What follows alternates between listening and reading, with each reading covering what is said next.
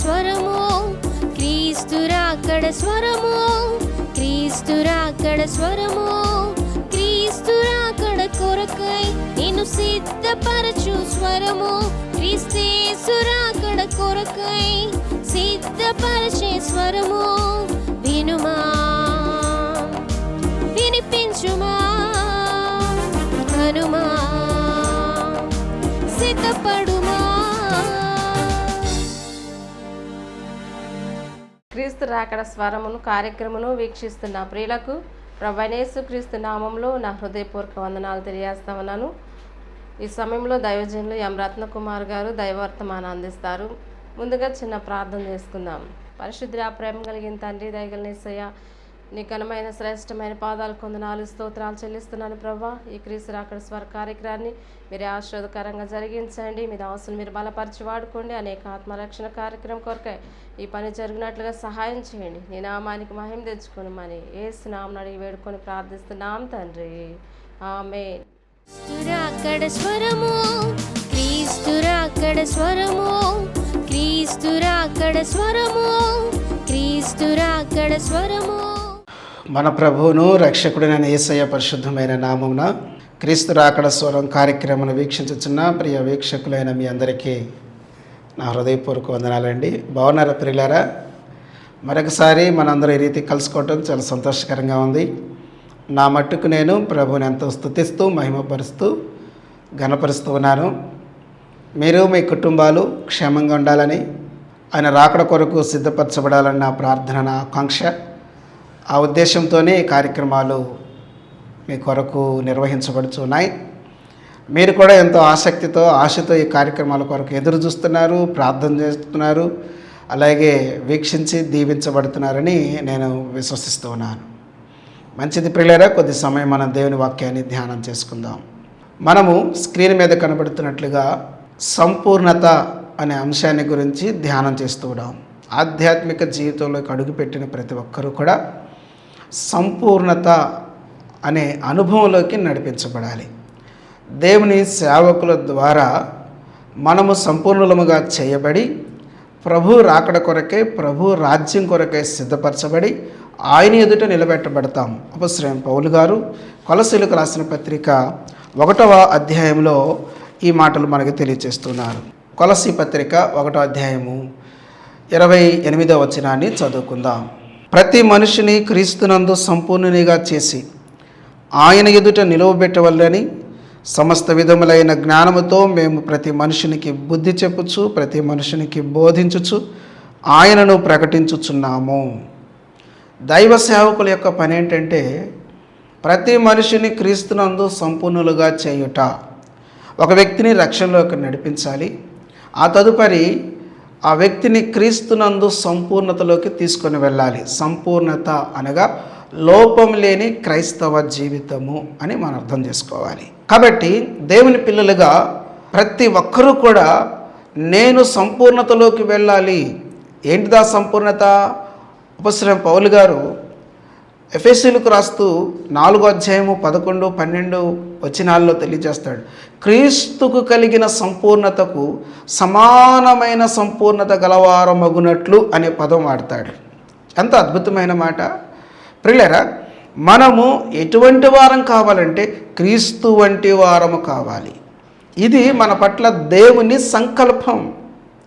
యేసుక్రీస్తులోకి వచ్చిన మన జీవితంలో మనం ఎటువంటి సంకల్పాన్ని కలిగి ఉండాలి అని అంటే, ప్రభువారు మన పట్ల ఎటువంటి సంకల్పాన్ని, ఇష్టాన్ని, ఆలోచన కలిగి ఉన్నారో మనం కూడా అటువంటి ఆలోచన కలిగి ఉండాల్సిన వారమైన దేవుని వాక్యం చెప్తా ఉంది.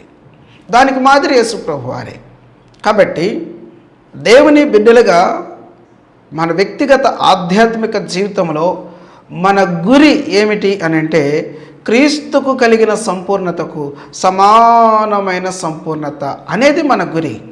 ఇది మనం సాధించాలి, ఇది మనం కలిగి ఉండాలి. దీని కొరకై మనము అహోరాత్రులు ప్రయాసపడుతూ ఉండాలి. దేవుని సేవకులు కూడా ఇందు నిమిత్తమే సేవ చేయాలి. ఇది దేవుని యొక్క వాక్యము మనకు నేర్పించుచున్న సత్యం. మరి ఏ ఏ విషయాల్లో మనం సంపూర్ణం కావాలి అని గనక ఆలోచన చేసినట్లయితే దైవ లేఖనం మనకు ఆ విషయాలు తెలియజేస్తున్నది. వాటిని ఒకటొకటిగా మనం ధ్యానం చేస్తూ ప్రస్తుతం మనము విధేయతలో మనం సంపూర్ణులం కావాలి. ఎవరికి విధేయత చూపించాలి అనే దాంట్లో కూడా మరికొన్ని విషయాలు మనం ఒకదాని తర్వాత ఒకటి ధ్యానం చేస్తున్నాం. దీనికి ముందు సంగతులు మీరు తెలుసుకోవాలనుకున్నట్లయితే యూట్యూబ్లోకి వెళ్ళి కీర్తన ఛానల్ గుంటూరు రత్నకుమార్ అని మీరు కనుక సెర్చ్ చేసినట్లయితే, వెతికినట్లయితే మనకి ఈ కార్యక్రమాలు యూట్యూబ్లో మనకు దొరుకుతాయి. కాబట్టి ఈ కార్యక్రమాలు వీక్షించండి, ఇతరులకు కూడా మీరు ఈ కార్యక్రమాలకు పరిచయం చేయండి. దేవుని ఆశీర్వాదాలు పొందాలని మనం చేస్తున్నాను. మనం ఎవరికి విధేయత చూపించాలి అనే దానిలో భాగంగా ఈ రోజున మరొక శ్రేష్టమైన విషయాన్ని మనం ధ్యానం చేద్దాం. అపోస్తలుడైన యోహాను గారు రాసిన సువార్త 3వ అధ్యాయము 36వ వాక్యాన్ని చదువుదాం.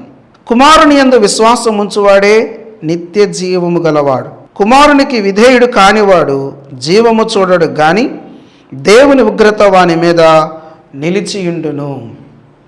ప్రియులారా, ఈ వాక్యాన్ని మనం గమనించినట్లయితే కుమారుని యందు విశ్వాసం ఉంచువాడే నిత్య జీవం గలవాడు, కుమారునికి విధేయుడు కానివాడు జీవము చూడడు అనే మాట ఇక్కడ చదువుతున్నాం. గమనించారా? యేసుక్రీస్తుకు మనం విధేయత చూపించాలి అని ఈ వాక్యం మనకి తెలియచేస్తున్న సత్యం. మనం తండ్రి అయిన దేవునికి విధేయత చూపించాలి, కుమారుడైన యేసుక్రీస్తు వారికి మనం విధేయత చూపించాలి. ప్రియులారా, యేసుక్రీస్తు వారు సహితం తండ్రికి విధేయత చూపించాడు. మనము కూడా తండ్రికి విధేయత చూపించాలి, యేసుక్రీస్తు ప్రభు వారికి విధేయత చూపించాలి అని వాక్యం మనకి బోధిస్తూ ఉన్నది. ప్రియులారా, ఈ విషయాలు మనం కొంచెం జాగ్రత్తగా మనసు పెట్టి ఆలకించాలి. ఆధ్యాత్మిక జీవితం అంటే ఏమనుకుంటున్నారు? ప్రార్థనకి వెళ్ళటం, ఇంటికి రావటం అనుకుంటున్నారా? మోకాళ్ళ మీద నుండి అట్లా చిన్న ప్రార్థన చేసుకుంటే భక్తి వచ్చేసింది అనుకుంటున్నారా? దయచేసి జాగ్రత్తగా వినండి. మత సంబంధమైన క్రైస్తవ భక్తి వేరు, దైవ సంబంధమైన వాక్యానుసారమైన క్రైస్తవ భక్తి వేరు. ఈ రోజున నేను తీర్పు తీర్చట్లేదు, కానీ ఆక్షేపణగా అనుకోండి, వేదనతో బాధతో నేను ఈ మాట చెప్తున్నాను. క్రైస్తవ్యంలో మతభక్తి నానాటికి పెరిగిపోతూ ఉంది.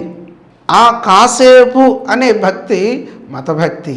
క్రైస్తవ జీవితము అనేది ప్రియులారా 24 గంటలు మన మీద అది ప్రభావం చూపిస్తూ ఉండాలన్నమాట. ఇది మన జీవితంలో చాలా విలువైనది. అలా ప్రార్థనలు ఉన్నప్పుడు, మోకరించినప్పుడు, దేవుని సేవకులు వచ్చినప్పుడు, దేవుని సేవకులు ఎదుట ఉన్నప్పుడు చేసేది కాదు. నీవు ఎక్కడ ఉన్నా, ఏ సమయంలోనైనా నీవు దేవునితో బలమైన సంబంధాన్ని, దేవుని ఎదుట నిర్దోషంగా, నిష్కల్మషంగా, పరిశుద్ధంగా నడుచుకోవటమే క్రైస్తవ జీవితం.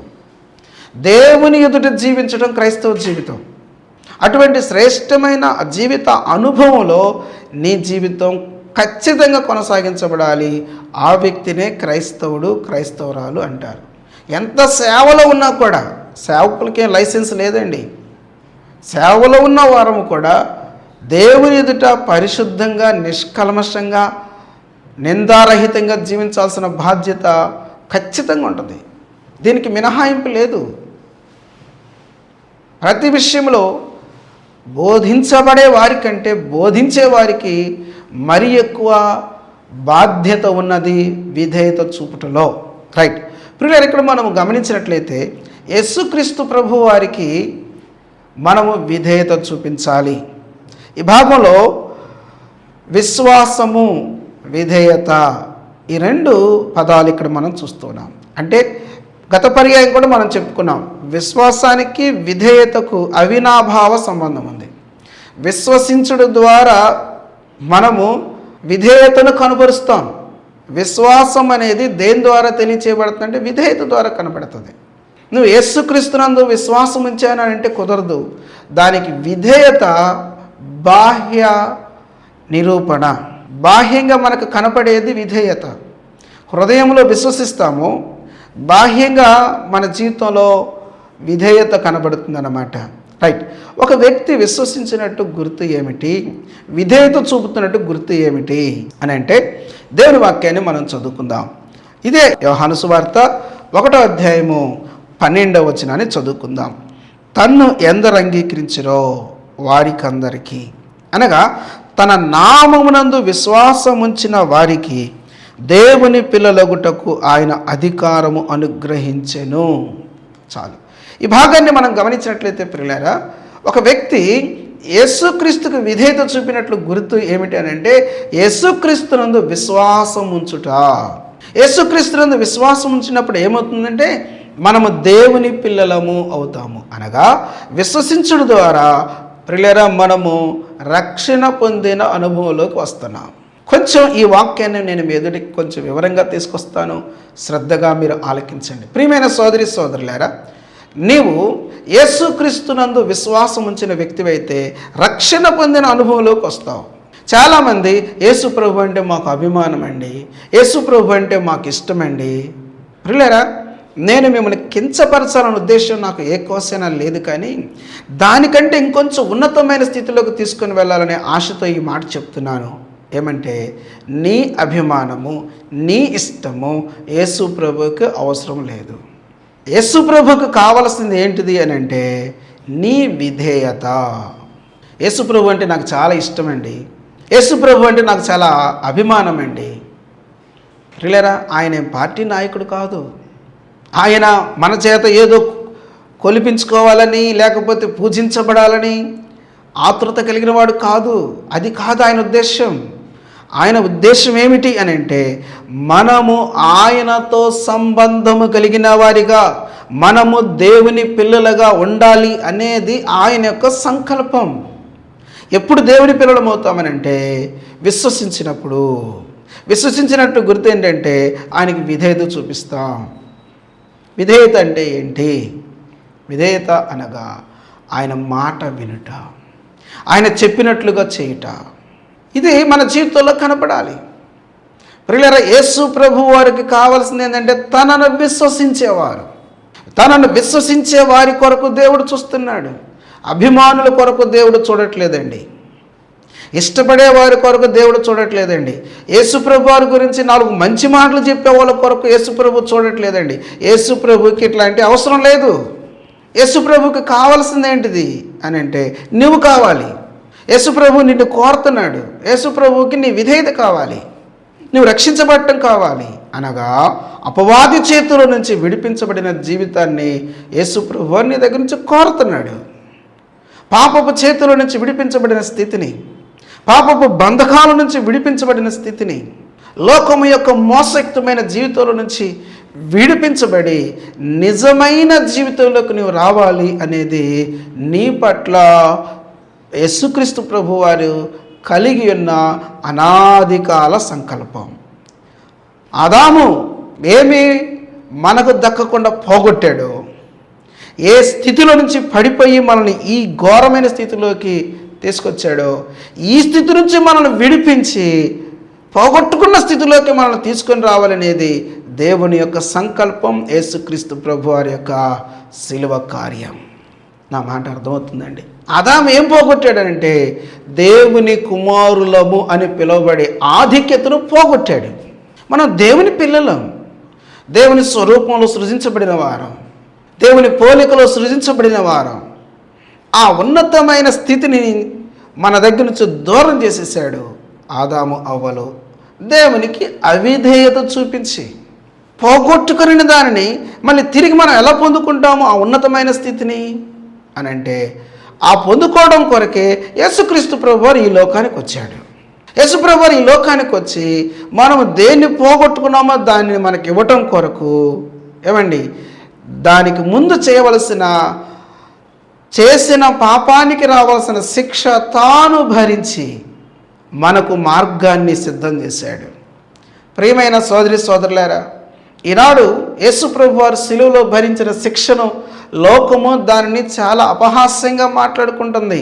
ఏమండి, ఈ రోజున వారు యేసు ప్రభు వారి శిలువ కార్యాన్ని గురించి అపహాస్యంగా మాట్లాడుకోవచ్చు, నవ్వులాటగా తీసుకోవచ్చు. ప్రియులారా, 2000 సంవత్సరాల క్రితమే అపోస్తలుడైన పౌలు గారు కొరింథీయులతో ఈ మాట చెప్పాడు.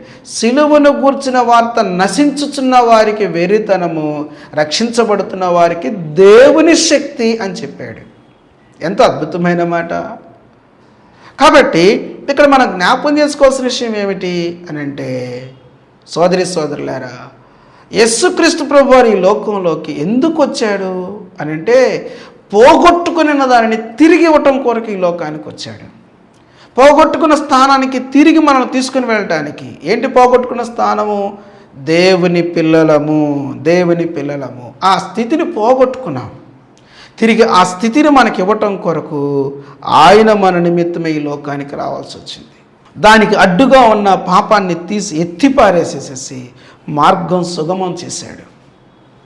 ప్రేమైన సోదరి సోదరులారా, ఇప్పుడు యేసుక్రీస్తుకు విధేయత చూపిస్తే, అనగా ఆయన యందు విశ్వాసం ఉంచితే, ఏమని? యేసుక్రీస్తు ద్వారా, ఆయన మార్గములో నేను నడుచడం ద్వారా, లేక ఆయన వెంబడించడం ద్వారా నేను తండ్రి నా కొరకు సిద్ధపరచబడిన ఆ ఉన్నతమైన స్థానాన్ని నేను పొందుకుంటాను అని విశ్వసించాలి. యేసుక్రీస్తు ద్వారా ఇది సాధ్యం అని విశ్వసించాలి. లోకంలో ఏమంటున్నారు? అన్నీ ఒకటే. ఒక ఊరు పోవడానికి అనేకమైన మార్గాలు ఉన్నట్లుగా పరలోకం వెళ్ళడానికి అనేకమైన మార్గాలు అంటున్నారు. కానీ యేసు ప్రభు వారు సత్యం చెప్పాడు. ఏంటిదనంటే, నేనే మార్గము అని చెప్పాడు.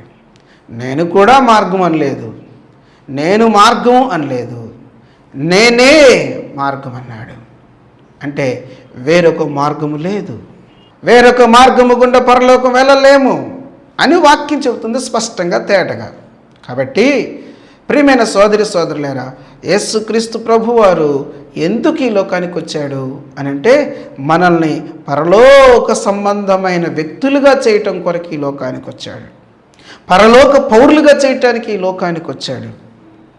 ఇంత గొప్ప ఆధిక్యత కేవలం యేసుక్రీస్తు వారి ద్వారా సాధ్యం అని మనం విశ్వసించడం ద్వారా, ఆ విశ్వాసాన్ని ఆయనకు విధేయత ద్వారా కనుపరుచుటను బట్టి మనము ఈ శ్రేష్టమైన రక్షణ అనుభవంలోకి వస్తాం. నేను ఇంతకు మునిపే చెప్పిన రీతిగా క్రైస్తవ్యంలో అభిమానులు ఎక్కువైపోతూ ఉన్నారు. సోదరి సోదరులారా, నేను దేవుని సేవకునిగా ప్రేమతో మనం చేస్తున్నాను, 2 చేతులు జోడించి. యేసు ప్రభు వారికి కావాల్సింది అభిమానులు కాదు.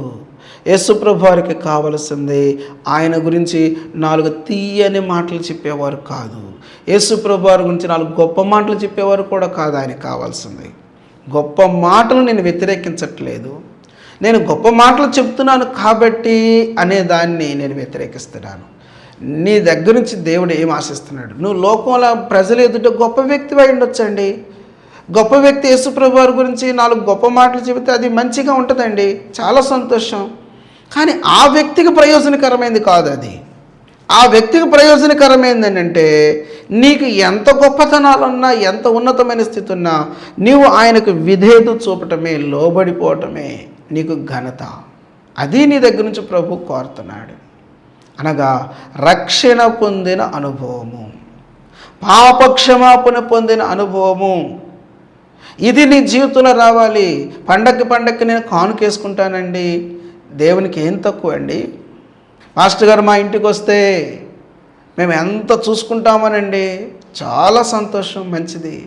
దానివల్ల నీ ఆత్మీయ జీవితానికి ఉపయోగం ఏంటి? నేను పేదలకు అన్నదానం చేస్తానండి, భూదానం చేశానండి, నేను వస్త్రదానం చేశానండి, నేను ఆ దానం చేశాను, ఈ దానం చేశాను, ఓకే మంచిది, వాళ్ళందరికీ చాలా సంతోషపడతారు. నీ ఆత్మీయ జీవితానికి ప్రయోజనకరమైంది పాపక్షమాపణ పొందావా? మారు మనసు పొంది రక్షణ అనుభవంలోకి వచ్చావా? ఇది జరగకుండా నువ్వు ఎన్ని మంచి పనులు చేసినా అవి దేవుని దృష్టిలో మురికి గొడ్డలే. కాబట్టి ప్రియమైన సోదరి సోదరులారా, దేవుడి నీ దగ్గర నుంచి విధేయతను కోరుతున్నాడు. యేసుక్రీస్తుకు నువ్వు విధేయత చూపించాలి. అనగా యేసుక్రీస్తునందు విశ్వాసం ఉంచాలి. ఏమని? ఆయన ద్వారా నాకు పాపక్షమాపణ, ఆయన నా పాపములకు ప్రతిగా శిలువ మీద శిక్షించబడ్డారు, ఆయన శిక్షించబడడం ద్వారా నాకు విమోచన, విడుదల కలుగుతుంది అని విశ్వసించటమే విధేయత. విశ్వసించడం ద్వారా మన జీవితంలో ప్రియులారా విధేయతలోకి మనం నడిపించబడాలి. విధేయత మనల్ని విశ్వాసంలో చూపించే ఒక అద్భుతమైన సూచన అనే సంగతిని మనం జ్ఞాపకం చేసుకోవాలి. కాబట్టి ప్రియమైన దేవుని బిడ్డలారా, ఈ దినాన మనం జ్ఞాపకం చేసుకోవాల్సిన సత్యం ఏమిటి అని అంటే, యేసుక్రీస్తునందు విశ్వసించడం ద్వారా లేక విధేయత చూపడం ద్వారా మనము రక్షణ అనే అనుభవాన్ని కలిగి ఉంటాము. యేసుక్రీస్తుకి విధేయత చూపిస్తున్నావా? ప్రియులారా, ఇంకెంతకాలం నువ్వు విధేయత చూపించుకుని ఉంటావు? ఎన్ని సంవత్సరాలు కావాలి? గత సంవత్సరం అంతా కాపాడి మరొక నూతన సంవత్సరంలో ప్రవేశపెట్టాడు కదా, ఈ శ్రేష్టమైన అనుభవంలో మనల్ని ఉంచాడు కదా, ఎంతో క్షేమం ఇచ్చాడు కదా, ఎంతో భద్రత ఇచ్చాడు కదా. ఎందుకు నువ్వు త్రాగుడు మానుకోలేకపోతున్నావు? ఎందుకు వ్యభిచారాన్ని మానుకోలేకపోతున్నావు? ఎందుకు అబద్ధాలు మానుకోలేకపోతున్నావు? ఎందుకు మోసపు మాటలు, మోసపు పనులు మానుకోలేకపోతున్నావు? ఎందుకు పక్కచూపులు మానుకోలేకపోతున్నావు? ఎందుకు దొంగతనాలు మానుకోలేకపోతున్నావు? ఎందుకు బూతులు మానుకోలేకపోతున్నావు? సిగరెట్లు ఎందుకు? తాగుడు ఎందుకు? ఎందుకు ఇవన్నీ నీ ఆత్మీయ జీవితాన్ని నష్టపరిచాయి కదా. వాటన్నిటి నుంచి నువ్వు విడుదల పొంది చేసిన వాటన్నిటికీ క్షమాపణ పొందుకొని యేసయ్య దగ్గరకు వచ్చి నీ జీవితాన్ని మార్చుకుంటే ఏమండి, ప్రపంచానికి నువ్వు ఒక ఆశ్వాదకరమైన వ్యక్తిగా మారుతావు కదా. భూమి మీద జీవించే ఈ కొద్ది కాల జీవితాల్లో యేసు ప్రభువుకి నీవు విధేయత చూపించినట్లయితే శ్రేష్టమైన భవిష్యత్తు నీకు ఉన్నది కదా. కాబట్టి ప్రియమైన సోదరి సోదరుడా, దయచేసి ఈ మాటలు వింటూ నీ పాపపు జీవితాన్ని ఒప్పుకో, ప్రభు నీకు సహాయం చేస్తారు. నీ దోషాలు ప్రభు దగ్గర ఒప్పుకో, ఆయన నీకు క్షమిస్తాడు, క్షమాపణ దయచేస్తాడు. ఆయన బిడ్డగా చేసుకోవడానికి ఆయన సిద్ధంగా ఉన్నాడు. కాబట్టి యేసుక్రీస్తునందు ప్రియులారా, విశ్వసించడం ద్వారా మనం ఆయనకి విధేయతను కనబరచడం ద్వారా ఆయన పిల్లలమవుతున్నాము అనే సంగతిని మన దేవుని వాక్యంలోంచి మనం చూడాల్సిన వారమైనాం. రెండవదిగా మనం గమనించినట్లయితే ప్రియులారా, యోహాను సువార్త 5:24 చదువుకుందాం. నా మాట విని నన్ను పంపిన వాని యందు విశ్వాసముంచువాడు నిత్య జీవము గలవాడు, వాడు తీర్పులోనికి రాక మరణములో నుండి జీవములోనికి దాటి ఉన్నాడని మీతో నిశ్చయముగా చెప్పుచున్నాను. ఈ వాక్య భాగాన్ని గమనించినట్లయితే పిల్లరా, యేసుక్రీస్తునందు మనం విశ్వసించడం ద్వారా నా మాట విని అనే మాట, నా మాట విని, ఇది విధేయతను కనపరుస్తుంది. యేసుక్రీస్తు ప్రభు వారి మాట వినటం విధేయత. ఆయన చెప్పిన మాటలు పరిశుద్ధ గ్రంథంలో మనకు కోకొల్లలుగా ఉన్నాయి.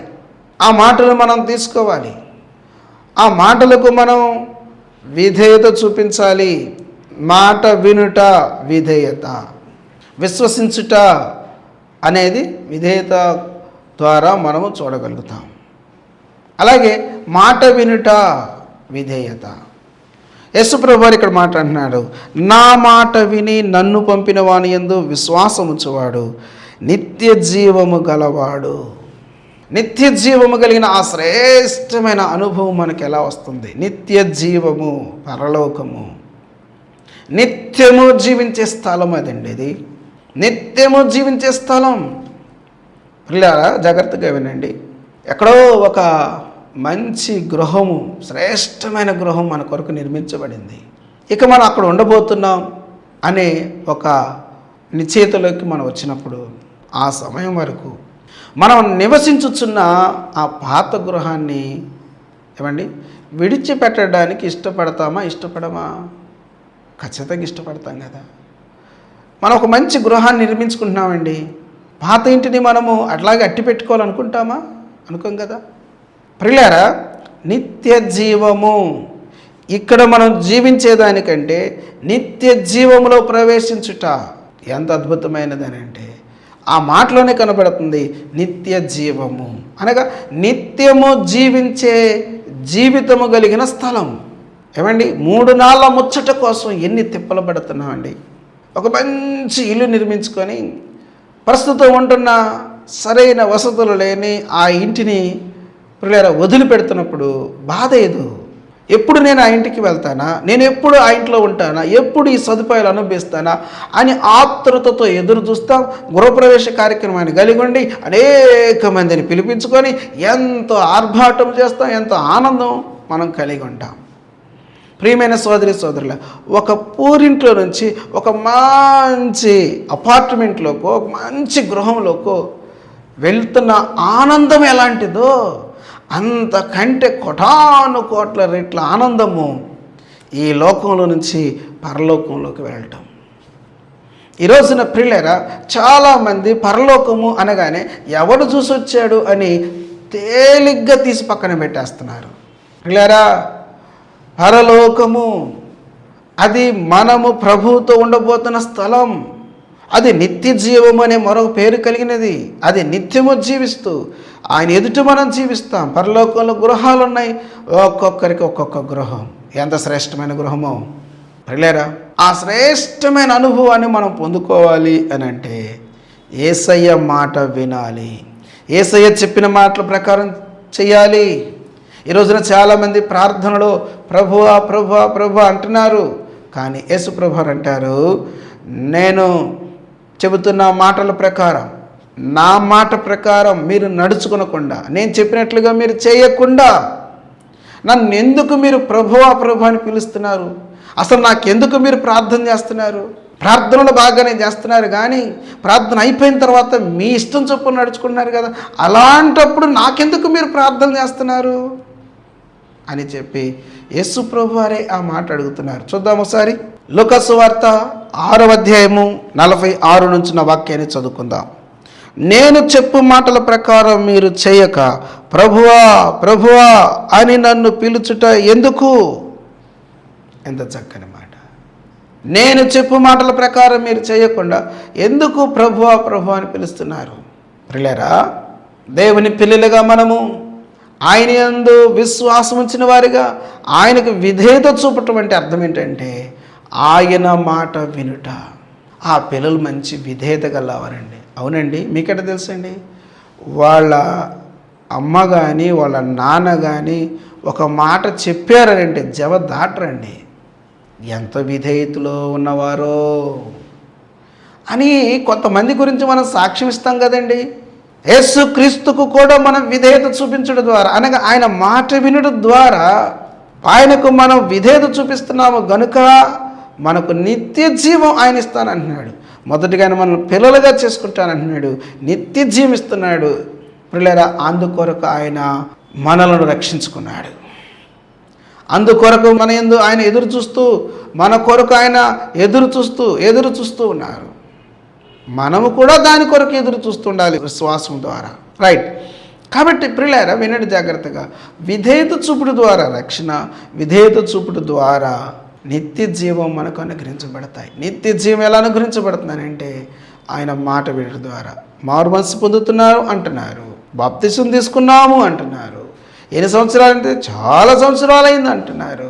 మరి దానికి తగ్గ జీవితం లేదు ఏంటనంటే ఏమైంది అంటున్నారు. అన్నీ లోకాచారాలే, లోకానుసారమైన జీవితమే. ఎవరినో పోలి నడుచుకోవడం, ఎవరిలాగో మాట్లాడడం, ఎవరిలాగో నడుచుకోవటం. యేసుక్రీస్తుకి నీ జీవితానికి సంబంధం లేదు. ఇంకెలాగా ఆయన మాట వింటున్న వ్యక్తి అవుతావు నువ్వు? ఆయనకి విధేయత చూపుతున్న వ్యక్తికి ఎలా అవుతావు?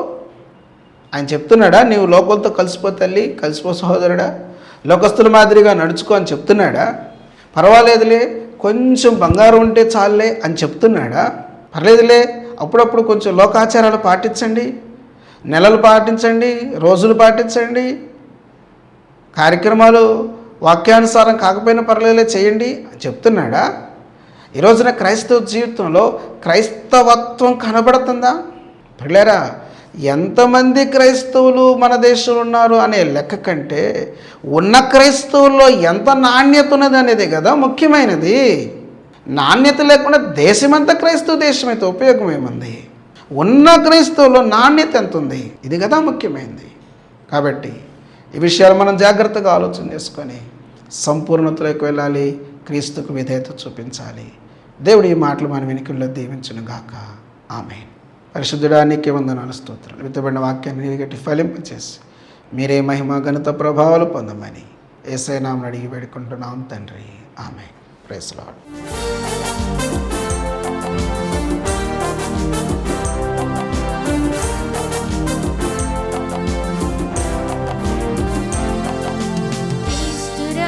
స్వరము, క్రీస్తురాకడ స్వరము, క్రీస్తురాకడ స్వరము, క్రీస్తురాకడ స్వరము, క్రీస్తురాకడ కొరకై నిన్ను సిద్ధపరచు స్వరము, క్రీస్తేసురాకడ కొరకై